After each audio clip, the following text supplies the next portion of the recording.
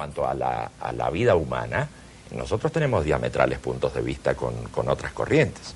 Hay corrientes que sostienen que el ser humano nace en el mismo momento, es decir, toma existencia en el mismo momento en que se gesta. En la concepción. Claro, para nosotros no es así. La concepción de la Iglesia Católica. Claro, para nosotros no es así. ¿No? No, de ninguna manera, en el momento del nacimiento. En el momento en que el ser humano se manifiesta en el mundo, es decir, de acuerdo a nuestra concepción teórica, de que el ser humano es un ser abierto al mundo y a la sociedad, en ese momento se produce el nacimiento. O sea, en el mes, en los 8 meses, 28 días no hay vida. Sí que hay vida, pero no estamos hablando de vida humana. No hay un ser humano. El ser humano se va constituyendo y el ser humano es un ser histórico y no un ser con naturaleza. ¿Pero qué diferencia tiene el ser del mes de lo que nació al ser que tiene un día? Cambió de medio. Y el cambiar de medio lo hace de un ser humano a un ser animado, sencillamente. No, lo hace un proyecto humano en todo caso. Es un ser animal que puede convertirse o no en ser humano. Pero el nacimiento para nosotros es la parte fundamental de cambio de medio, en donde el ser humano se abre al mundo en el momento de nacer. Pero entonces, bajo esa óptica, sí, sería perfectamente justificable el aborto en cualquiera de las etapas del embarazo, ya que no estaríamos en presencia de un ser humano. Así es. Y si lo que estamos preservando es el valor de la vida, de acuerdo a su teoría, no hay vida. Sí que hay vida, no lo que no hay es ser humano. No hay vida humana, no hay un ser humano.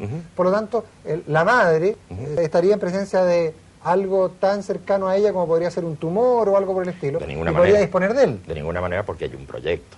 Toda madre que quiere tener un niño está pensando en un proyecto de vida. Y la que no quería, el embarazo no deseado. Y la que no quería, tendremos que ver qué es lo que dice la madre. Y tendremos que llamar a un gran debate.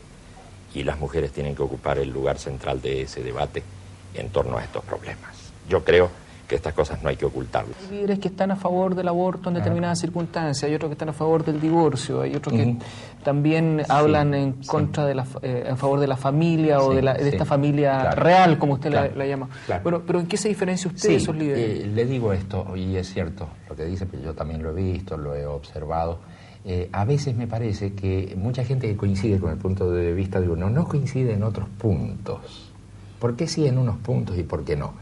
Porque me parece que en general los que dan esas opiniones no tienen una concepción del ser humano y se mueven un poco pragmáticamente o un poco de acuerdo a cómo estén los tiempos, cómo esté el equilibrio que haya que hacer para decir una cosa o decir otra. Acá, en el caso personal, creo que hay una diferencia grande, hay una concepción del ser humano.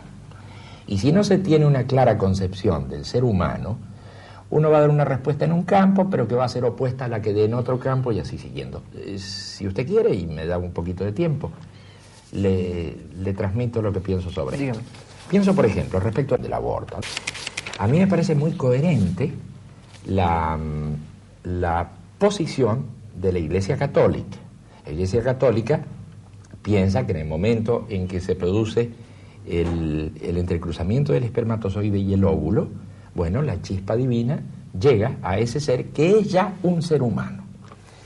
Si se tiene esa concepción del ser humano, ese ser ya en formación es ya no solo un ser humano, sino además un ser humano con alma, con una cantidad de atributos.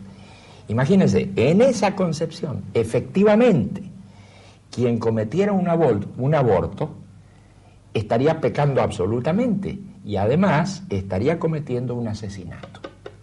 Porque se está suponiendo que ahí ya existe un ser humano. Y si existe un ser humano y usted interrumpe su desarrollo, usted sencillamente está cometiendo un asesinato. Esa es la postura de la Iglesia Católica. A mí me parece que es coherente en ese planteamiento decir que quien interrumpe el proceso comete un asesinato. Bien, pero ¿qué sucede con quien no participa de ese punto de vista? Por ejemplo, en nuestro caso tenemos una visión del ser humano que creemos que el niño cuando está en formación y no ha salido al mundo es simplemente un ser natural y además es un proyecto.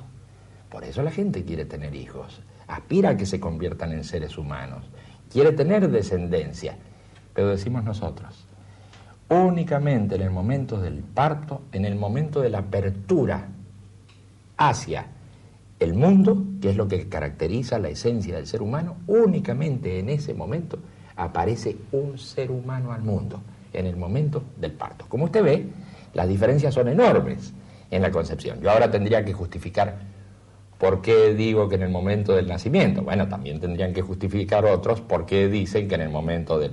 Esta es una discusión larga. Pero digo, hay que ser coherente.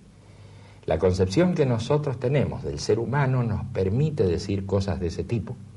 Nos permite decir que las instituciones son históricas, que esa supuesta permanente institución de la célula fundamental de la sociedad no es tan permanente y no es natural, sino que es histórica. Nos permite decir que las voluntades son las que importan, porque son las que dan la dirección a los actos humanos, y que entonces en un momento nos ponemos de acuerdo y en otro, si estamos en desacuerdo, hay que solucionar estas cosas. Es la concepción del ser humano.